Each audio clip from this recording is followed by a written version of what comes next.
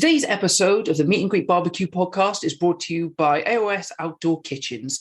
They are the South's leading outdoor kitchen design and installation specialists.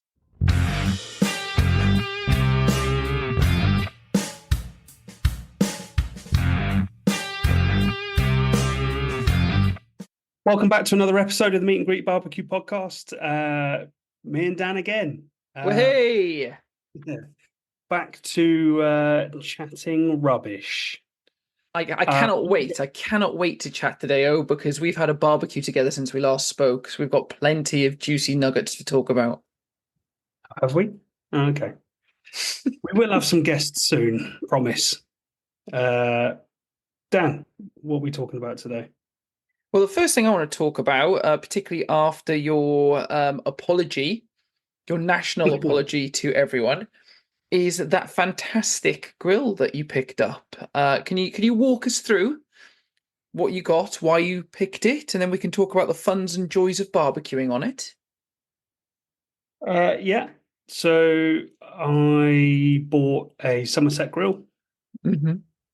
So, well, for obviously, I'm sure a lot of people know what that is or who they are.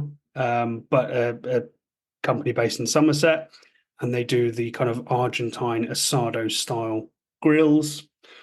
So wood-fired cooking that you basically obviously create a big fire, and it's got grates where as the wood kind of burns through and turns into embers, it slips down over the cooking area, but you can change the height of the cooking area by wheeling it up and down. So obviously, therefore, you can control temperature. So a lot of theatre, which is really cool. It burns bloody hot, as you know. But all in all, just it's been fun to just play with a new grill. Obviously, you came round and we used it for the first time together. It was good fun, wasn't it? Absolutely loved it. I, like you said, I enjoyed the theatre of it. We haven't, or at least I definitely haven't done much proper live fire cooking like that before. It's very different than using like lumpwood charcoal or anything in a grill. It's got like a thermometer on it. It takes a lot more, but I feel you get a lot more out of it, particularly from an experience point of view. We were discussing the fact that we could both have just sat there staring at the flames, licking up the top part of the grill for hours and hours on end and just lost ourselves in it. How did you find the, for want of a better word, satellite purchases around a grill like that? I mean, I don't know if you had to buy different types of woods, if you've looked at different types of woods. Were there any other kind of accessories or anything else that you bought for it? Well, so Ben, who runs Somerset Grill, they've got some really good resources on their website, and one of them is around the wood. And he gave some recommendations on which suppliers to use. I think there's about 4 or 5 different suppliers that he recommends. So I literally just read that blog post with the links, had a look through. I can't remember which one I went for in the end. I think it was Love Logs, but they do like an Asado, kit. Yeah. So it comes with like thinner splits and then also the wood as well. Love Logs, yeah, it was Love Logs. You do Love Logs as well, so it's a nice match there. Do Love Logs. And you've got wood now too, so. Hey. Yeah, so in answer to your question, they had some good resources in terms of what to buy. Obviously, I've already got loads of fire lighters and all that kind of stuff anyway. I chose at the time just to buy the searing grill, like the searing grate, to go directly on top of the wood burning. But they have kebab skewers, they do a plancher, they do a rotisserie. Because I've got things like Blackstone, because I've got rotisseries for the Weber and all those, I chose not to purchase those. but we'll see how long it is before I purchase those I was accessories. I can see that's burning a Yes. hole in your conscience. It's just like the pizza oven, isn't it? You know, why have one pizza oven when you can have two? Yeah, yeah. Why have one rotisserie when you can have two? You know, but anyway, so I didn't buy those, but you can. Um, yeah, so it's it's really, I have really enjoyed it. I also have to admit I have used it a couple of times. And to be fair, again, they kind of talk about, you know, I think in the FAQs, can you use it with charcoal? Hmm. And the simple answer is yes. So there is a couple of times where I've done what I'd classify as a quick cook, Hmm. where I have just used some I've used it with lumpwood charcoal. Yeah. So still used a chimney starter and then just poured it directly into the fire bed. It's basically got, you know, a load of fire bricks, heat bricks. Hmm. I just poured them straight onto there and cooked. And that was mainly because I was cooking for myself, so I didn't want to do like a whole burning. You know, by doing through the wood cooking, Yeah, yeah, of course, it does take quite a while to burn through wood, create the embers. So um, something, yeah, more for, you know, for hence what I was saying about that theatre barbecue. It's great for like social occasions. yeah. Hmm. Um, by using the charcoal in it, even though it felt like it was cheating a little bit, it was easy just to use for a quick cook for me. And To still eat. the first cook that we did, so we started out with some of your homemade sausages that were really good. So we went for the brisket ones and the other sausages. Were they kind of your regular blend? Oh no, what was it? The Guinness sausages. I'm trying to remember. I've slept since then.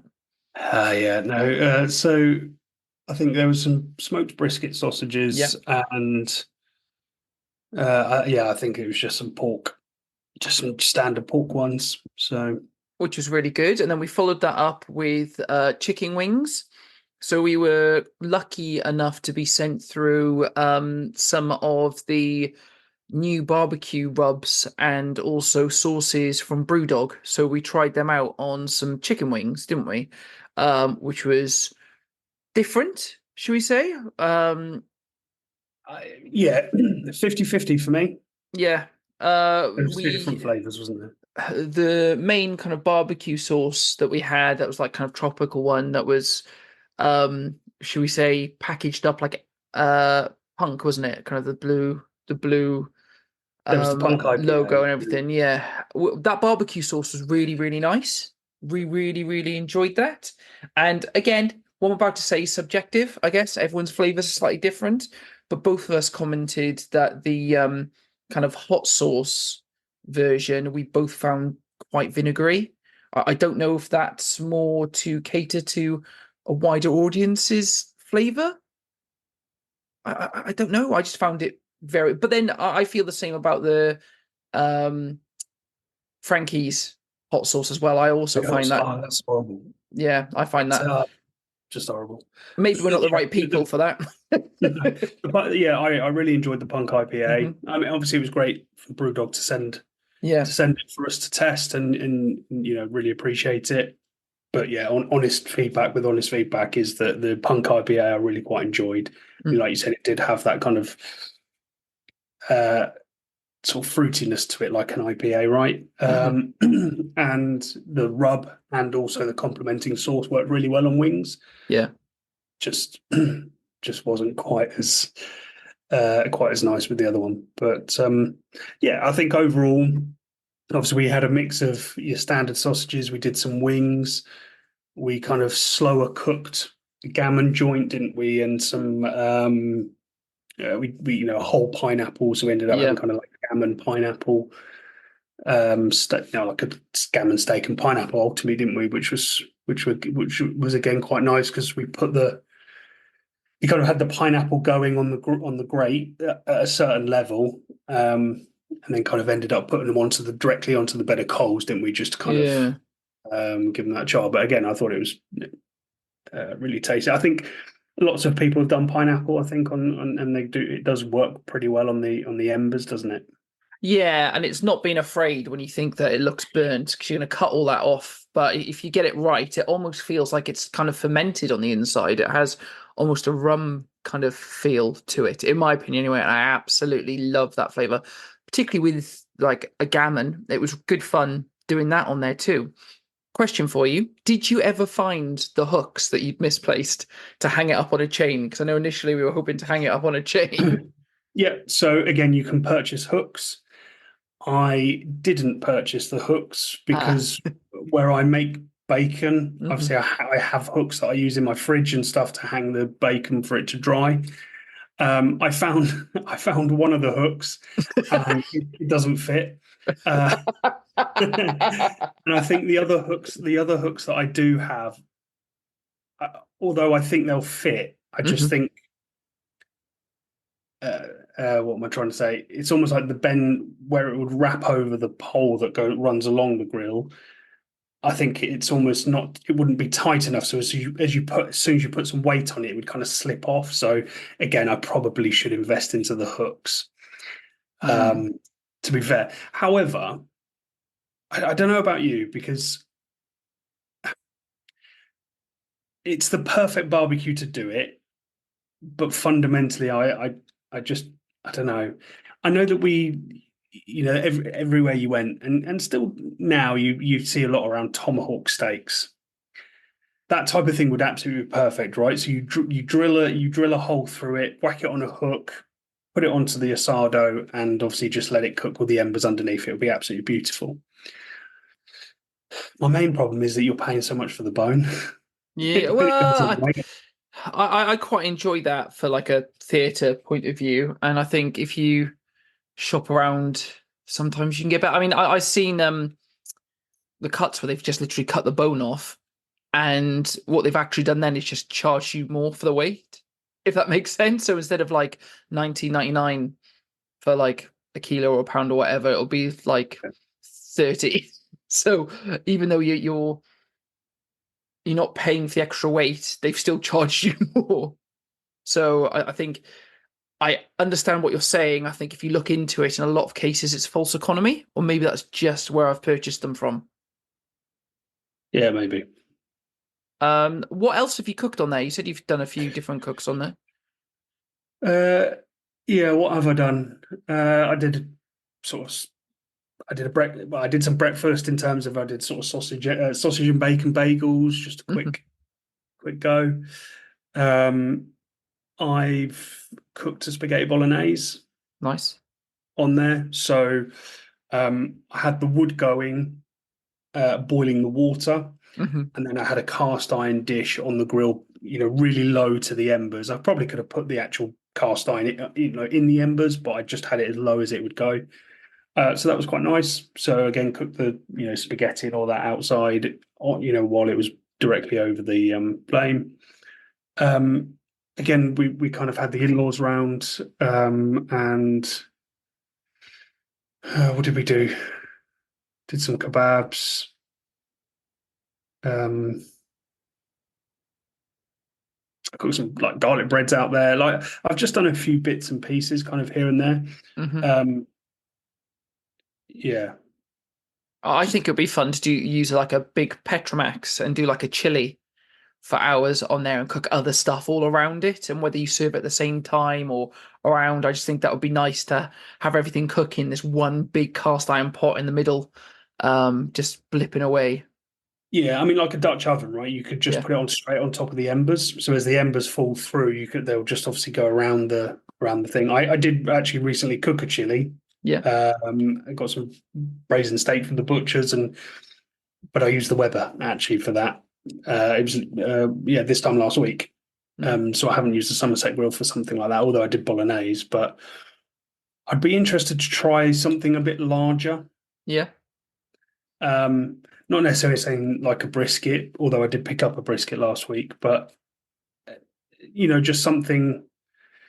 I think what the essentially what they're saying is you can cook anything on it, um, but no doubt you can cook potatoes or whatever on there. So yeah, just gotta play with it a little bit more, Hmm. but it is good fun for sure. I definitely need more wood.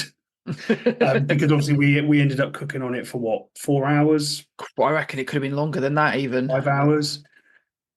We went through a considerable amount. So yeah, all good though. What about you? What have you been cooking recently in the last couple of weeks? So I did some cooking in the wild, which is a feature that I said I wanted to launch in a previous episode that Owen said had no legs in it whatsoever. But I did a barbecue for work colleagues, which was nice. And what's really on trend is I can also link a barbecue fail into it as well. So it's a perfect anecdote for this, although I wish things went better as always. I work at the University of Essex on campus. Around the lake, we have a few like built-in barbecues, kind of almost like old style brick ones. Although what's quite good is they've put grooves in so you can raise or lower the grills, and they're large, really large. So that's nice. So we had a budget that was put out, and I said, yeah, I'm happy to cook for everyone. So me and my boss went out and we went to buy everything. And as we were going around, we were doing scans you shop to make sure we stayed on budget. And we were cooking for 35, 40 people. So like, right, got the sausages, scanned them in, got the buns, went and got the veggie sausages and the veggie burgers while we were there. Went across to the burgers. We're like, cool, start looking at them. These would be perfect. So these are packs of 4. Let's get 10 of these packs of 4 burgers. Discussing it, sort that out, go around, do the rest with the leftover money, buy some refreshments, hard and soft for different people, depending on what they wanted. Get to till pay, get back on campus, start setting up an hour later. Where are the burgers? Can't find the burgers. Go back up to the cars to double check, get the receipt out. We had looked at all of the burgers, discussed that they'd be good, and then put them back and hadn't scanned them or paid for them. So we didn't have 40 burgers, but we did have 48 buns. Luckily, we'd bought enough sausages and veggie sausages to cover everyone. We had 12 veggie burgers and I think only 4 or 5 veggies. But we thought we'd give other people meat-free option anyway. So we were fine with halloumi and stuff. It was all sorted, but just had some people like, where's the burgers? Where's the burgers? We were promised burgers. And also my boss now has like, after we got through a few, like 32 burger buns to try and get through over the next few weeks. So I'm not the biggest fan of scan as you shop because I think it opens up to idiots the possibility of missing things. I've never used it. Well, so 1 out of 1 times that I've used it now, it's gone wrong. So yeah, but that was really good. And I've said before on here and to you, I'm not usually a fan of cooking for people. I find it quite pressurizing normally, and I worry. Really enjoyed it. I think it's because I knew what I was doing. I had 2 different grills on the go. I had one for veggies, one for the meat.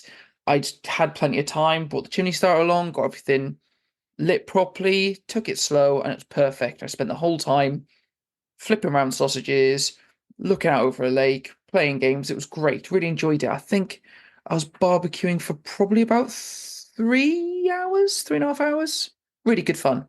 Really enjoyed it. If you've been looking or thinking about an outdoor kitchen, then look no further than AOS Outdoor Kitchens. They are the South's leading outdoor kitchen design and installation specialists. Their extensive showroom is based just outside Bournemouth on the Dorset-Hampshire border, and as well as numerous in-store displays, also features a live outdoor kitchen where they cook every week on Kamado grills, pizza ovens, and all filmed and shown on YouTube. They offer a wealth of knowledge on how to transform your patio into the most incredible outdoor dining area with styles and options to suit every budget, and you can guarantee they will be able to create something perfectly suited to you and your home. They stock and supply everything that you're going to need for outdoor cooking, including barbecues, Kamado ovens, pizza ovens, outdoor fridges, and every accessory that you would need to become the ultimate outdoor chef. So if you want to make yourself the envy of your friends and neighbours, get in touch with them today to arrange a consultation and take the first step in transforming your back garden into the most incredible entertainment space. Visit aoskitchens.co.uk. Have you cooked for your colleagues yet, and the vegan challenge that we set you? So I need to, obviously, in the last episode, right, we were talking about that vegan challenge. Not going to lie, completely forgot about it and suddenly realized that, I mean, by the time this episode has gone out, the event would have passed, but I'm seeing that person in 4 days' time and realizing that I need to actually do it. So, yeah, that's a tomorrow's problem. That very much, knowing you as I do, sounds like that ain't going to happen. I'm going to do something else, probably. But I can't see you making tan or whatever. It needs to be done because he'll definitely call me out on it. Oh, and Owen is not one to be called out on something. He stays true to his word. Yeah, I'm intrigued to see how that goes, and I'm looking forward to it going up on our Instagram, no matter how it goes, if it goes well, if it doesn't go well. Yeah, I'm really intrigued. I've also heard that it's quite interesting to get the flavor levels right, depending on what spices and bits and pieces you put on there. So be interesting to see if you go in dry or if you're gonna lube it up with some flavor for them. No, not sure yet. That's tomorrow's problem. Um, back to normal cooks. So I also had a brother and sister-in-law come over, and the father and mother-in-law come over and did a big barbecue. And for the first time in ages, I reckon possibly a year, if not close to a year, I did a full-blown brisket, which was really, really good. It went well. It was grass-fed brisket as well, that I'd got from Jonathan Davidson. I also did some pork ribs too. And I got away with it, but I did the really ballsy thing that sometimes ceramic egg owners do once you've got the timings and temperature down. Lit it at 7, got it up and running, got the brisket on there, left the brisket on for a few hours, kept an eye on it, worked out roughly in my head timings. Got the pork ribs that I had and thought they'll probably take maybe 3.5 hours and then resting. So put them on and immediately went out. Went out for 3 hours. Went to Wivenhoe, which is like a village about half an hour drive from us. Went round a little garage sale. Took my daughter into where I work because she wanted to have a look around, and we played pool and stuff. Got back. Brisket absolutely perfect. It was ready to be wrapped at that point for another few hours of cooking. The pork ribs, I thought I was going to get in and it was going to need like a bit of wrapping or whatever. No, perfectly at temperature. Absolutely perfect. So pulled them off and they were like falling off the bone. Some people would say that's overdone, but I much prefer my pork ribs to be like that.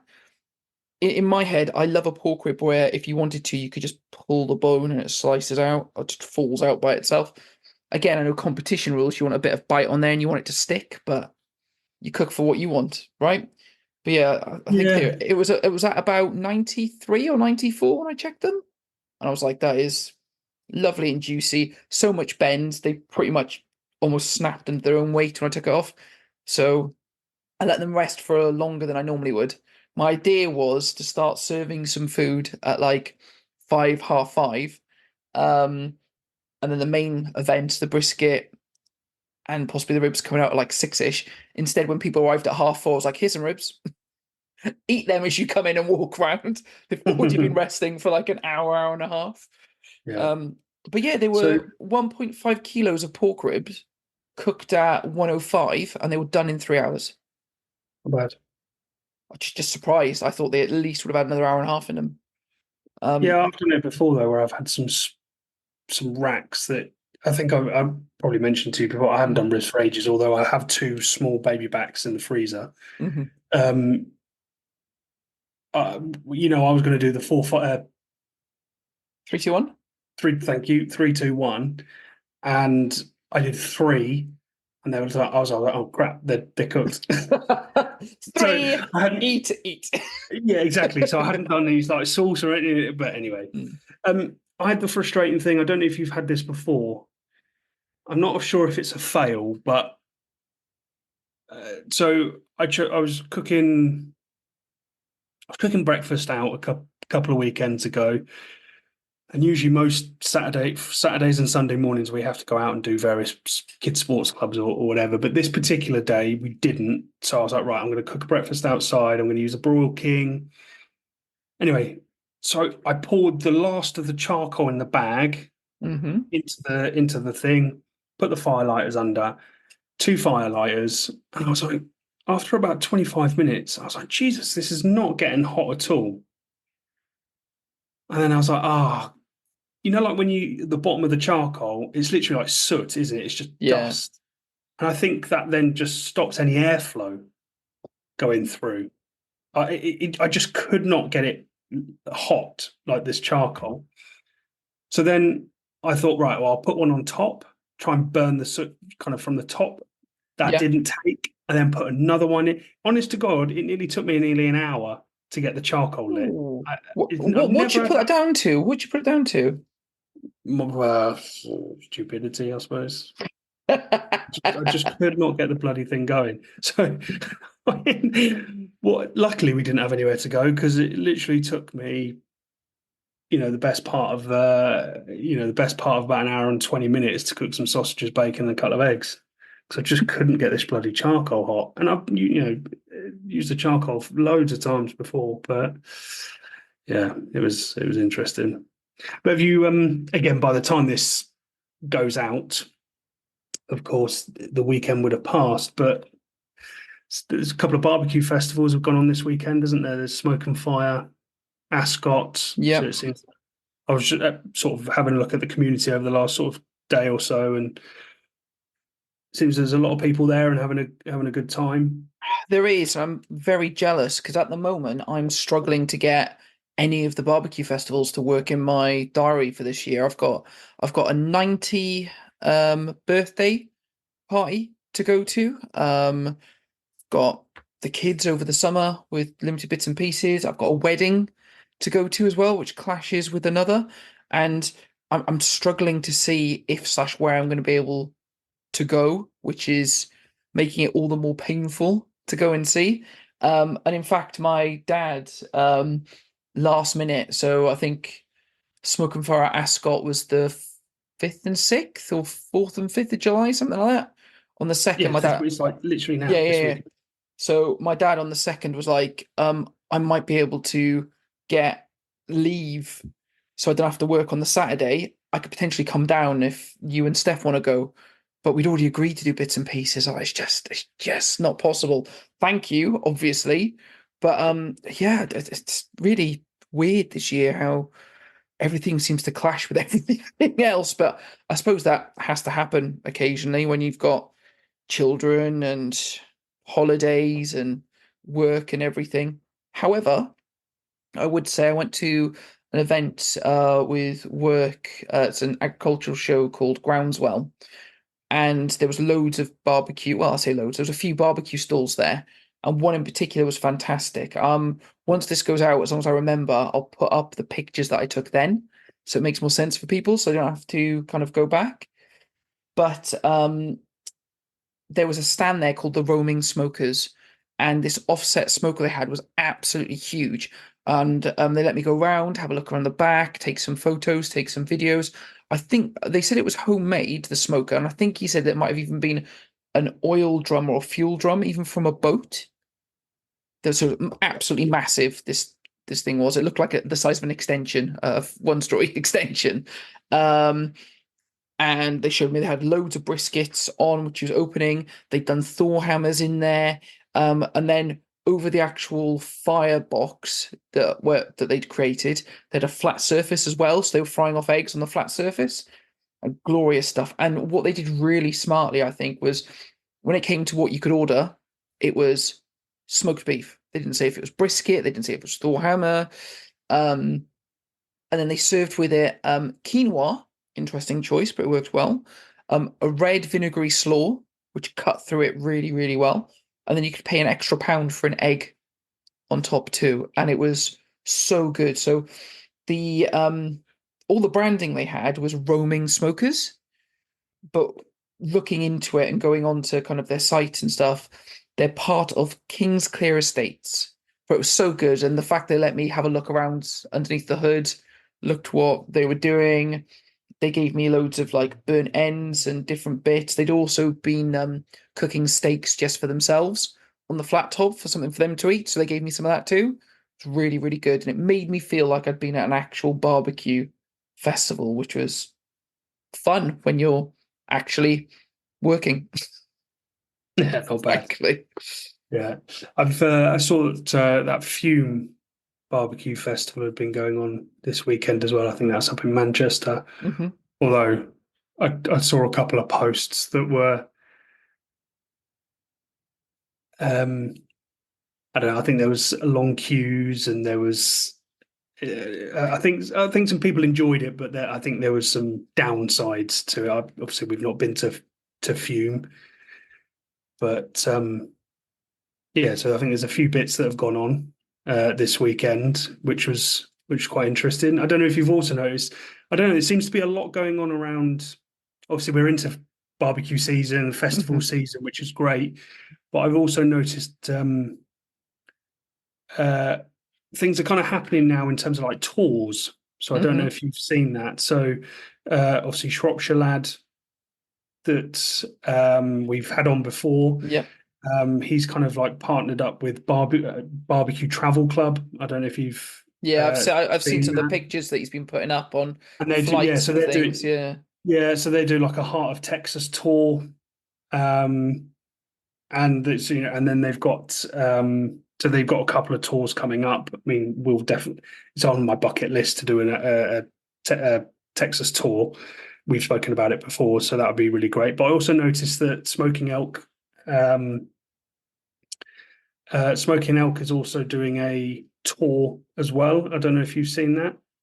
No, I haven't. I've seen him put some really cool, for want of a better word, pictures and videos up just of his shack and talking about the fact that, like, who would have thought that his dream shack would become his permanent business? And it felt like a very nice, full circle kind of Yeah. story and reflection piece he put up. But I've not seen the tour stuff he's been doing. Yeah, so him and Only Slagging, Jim from Only Slagging have kind of partnered up and they're doing a tour next year.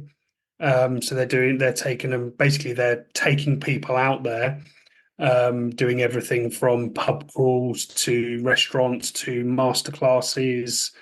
So yeah, it looks like it's sold out as well. Mm, I think there's about 20 spaces or whatever. So there seems to be a lot more going on now with that kind of barbecue tourism. And I've just nice. noticed it kind of picking up with those couple kind of just mentioned. But it seems logical, right? In that Yeah. as the community grows here in the UK, I suppose a good business idea is take all of these UK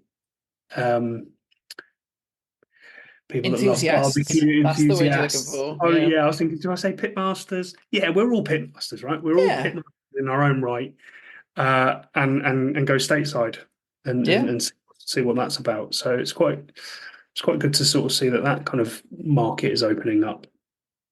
And on that point as well, it'd be great to hear from any small businesses or anyone who's seen something a bit different out there in the community. Because Owen and I are constantly looking at different ideas and different things that we could be doing linked to the podcast. We're hoping to do some sort of visit up north at some point later in this year as well. So any kind of small businesses or anything different you see in the community, please do send it to us. You can find us on the socials of the medias. You can go find our website. If you just type Meet and Greet Barbecue Podcast into Google, you'll find us. But send anything like that in because we'd love to have a look at more news, new organizations, new companies, different bits and pieces. We're hungry for anything like that. So please do send it through and it'll give us an excuse at very least to spend more of our hard-earned money on stuff that we probably shouldn't be, but we'll have a good time doing it, right? Yeah, I think just on that point, right? I think obviously Steve from Child Food Co. that we've Hmm. again sort of interviewed before. He seems to be doing lots and lots of things. Obviously, he's got his own podcast cookery school, and a lot's happened since we actually sort of met up with him. But he's doing there's the big barbecue community cookout in October, isn't there? Yeah. So something that I'm also trying to push you for, so that we can go up there. Just you need to kind of get yourself free for that particular weekend. It's at the 4th of October at Millington Hall Farm, but tickets are now available as well. So I think essentially it's like a bring your own barbecue, bring your own meat, bring your own beer, bring your own tent, and it's just a bit of a cookout, right? So that should be good. But yeah, so again, it's kind of nice to see that there's lots going on in the community, and just I think generally it looks like people are out back cooking again. We're certainly cooking lots. We're even recording again, talking about it. So it's it's always, I feel like I found my happy place again. Yay! And a happy Owen means a contented me. So that's good. That's it. But I'm going to Pub in the Park. I know that's what I've also been pushing you for. We've not tried Pub in the Park, but I'm meeting up with Jodie from AOS Kitchens, friend of the show, sponsor of the podcast for, I think, since sort of season 2 now, I think it is. And we're all, technically this would be season 7. So that should be really good. Not sort of, you been to one of their, they do a few events, don't they, across the country. So really looking forward to that one in September. Yeah. And seeing what's about there. So again, it's great to be back. We will have some guests for sure. We will be lining up some guests, try and get some people on. As much as I like talking to you, Dan, it's always nice to talk to someone else. You say that, I'm already bored. So yeah, let's get them on.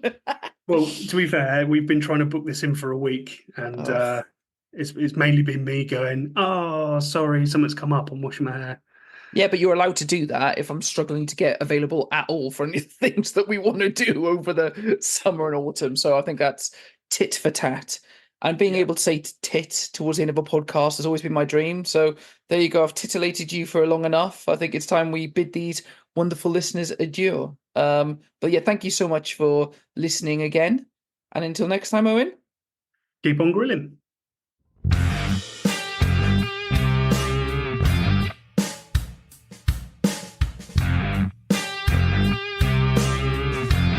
Today's episode is brought to you by AOS Kitchens, the South's leading outdoor kitchen design and installation specialists.